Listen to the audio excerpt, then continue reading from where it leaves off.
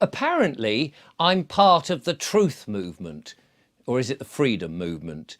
Or is it the sovereign movement? I can't quite work out what it is, but apparently that's what I'm part of. Not that I really thought of being part of this truth, sovereignty, freedom movement. I just thought I was looking around at the world and using a bit of common sense and maybe a bit of critical thinking.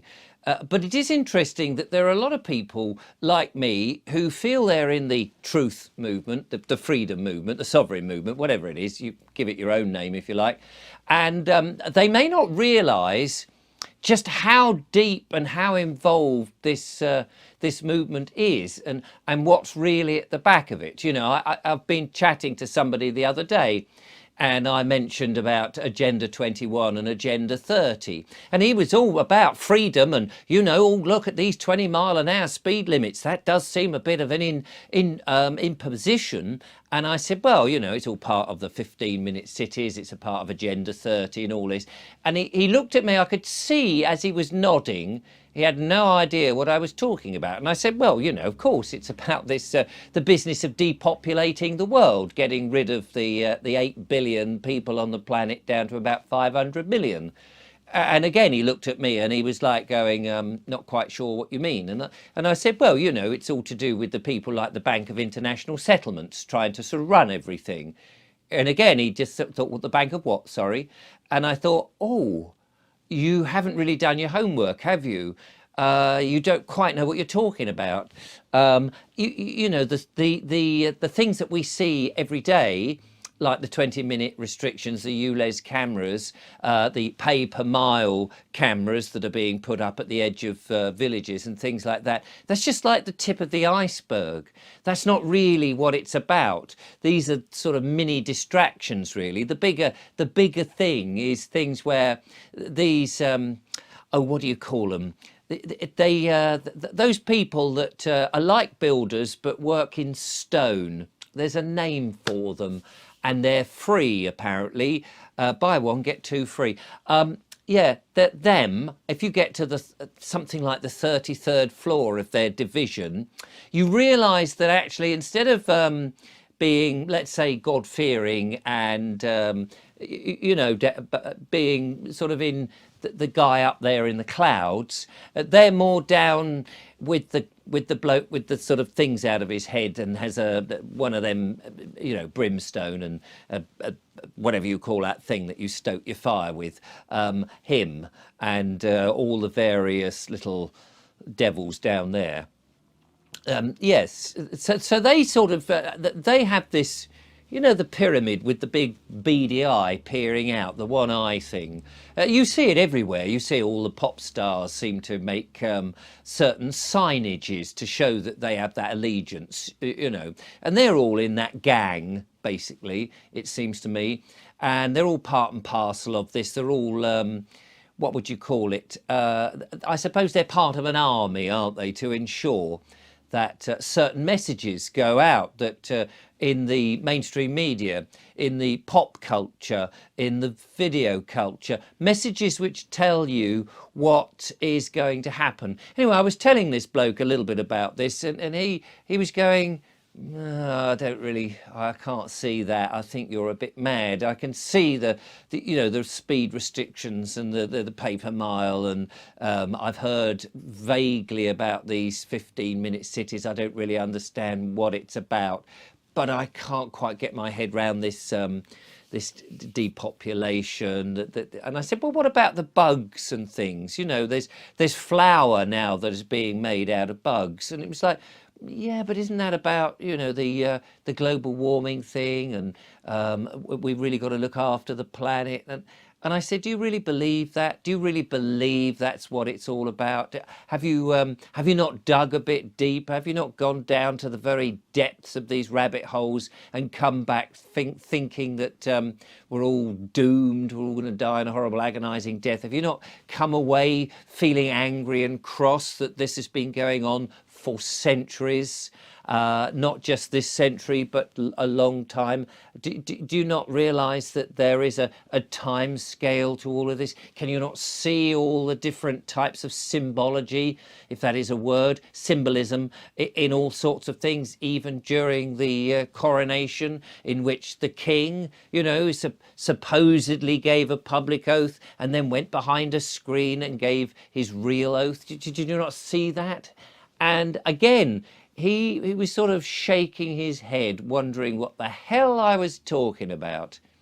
Well, it does seem to be the fact that people have no idea that we live in a prison. We live in the prison now, and the prison is going to get a lot worse. You know, we're going to be corralled into these prison camps. You may see them driving around the country. I see them all the time. You know, in the middle of a field, a farmer has been bribed to have a few £1,000,000 for his farm, a farm that maybe he and his family and centuries before other families have farmed that land and provided food for the country, and it's been good. And he has been bribed, this farmer who is on his uppers, or rather on his downers, and he can't afford whatever. He's sold to a developer, and now that land cannot be farmed again. Ever again, because they've decided to build houses, and all the houses are quite identical, really. They might be a variation of 2 or 3 different types of houses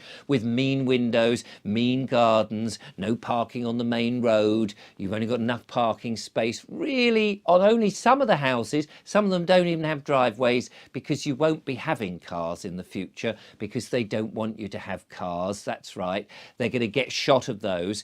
And these little environments, you know, they're all in its own little enclave. I mean, you can't see the barbed wire. You can't see that that is actually, you know, a concentration of people in this area, like a camp, which will be its own 15-minute city, and people won't be able to leave it. But people can't see that at the moment. They just think, oh, it's urban expansion. But I think that if you have any sense of what's going on in this place, these fields where all this extremely rapid growth of houses that are quickly going up to house people in, the people are willingly buying into their own little prison. They just don't seem to be able to see it, really, and it's a worry that I thought the frog now could sense, as that water is bubbling up about him, that someone has whacked the gas up. And even now, people who think they're in the truth movement have no concept of what the truth, the sovereignty, the freedom movement really is. They have no concept of it. They think it's these tiny little things, and they cannot see the bigger mass picture that's been going on for generations, and you cannot see what's coming to people if they don't act and don't do something about it. And they get sort of in these little Telegram groups or these WhatsApp groups, and they you know, moan and groan and mumble and sort of go, what shall we do, and not really address anything. They don't really address the fact that the children are being sexualized left, right and center, that the transhumanism thing is happening, that people are being encouraged to take more of the medical intervention, that people are dying left, right and center on the sports arena. Young people are dying all over the place, that there is going to be a mass amount of human death coming down, carnage to the nth degree, and people just don't seem to be able to see it. And of course, from my point of view, in which I have had these amazing guests on my show, and I've gone down the rabbit hole, and I've thought about what's going on, and I've taken it very seriously, and I've presented programs about it. It is very frustrating. It is very frustrating that so many people think they're part of this, and they're really not. They have no idea. They think they've pinned it down to perhaps a few cars travelling up and down the road, and really that's just, you know, that's not even scratching the surface. So maybe we need to dig a little bit deeper to find out what's really going on, and when we do, the shock and the desperation of what's about to happen may start to startle some of these people who thought that the idea was simply just vote somebody else in and it'll be okay. No, the people, that whole system, that building in London in which Parliament sits is crumbling, like the whole edifice of the government is crumbling. That system is so corrupt, it is so riddled with rot, you cannot fix it.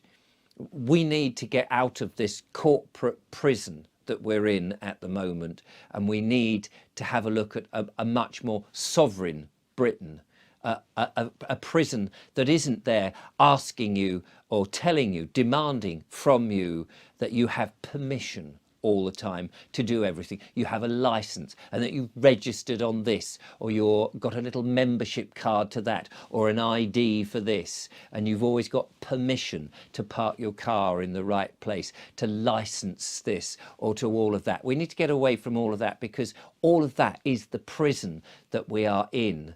And most people don't even know they're in the prison. They cannot see the bars. They're holding on to the bars and going, oh, I think I'll join that, and I'll give my title away to this. And they acquiesce to the other, and they assume that these people who seem to be smart and smarmy and drive around in big cars and have the illusion of power are their betters. But they're not really. No man is born above another. We're all born equal, and yet some people are seeming to allow those others to lord it over them, and they just are happy to acquiesce and have a little moan over the garden fence. And sometimes that seems to be as far as it'll go. I think we need to do better, really. I think we really now, at this point in where we are, we've really got to stop the talking and actually do something about it.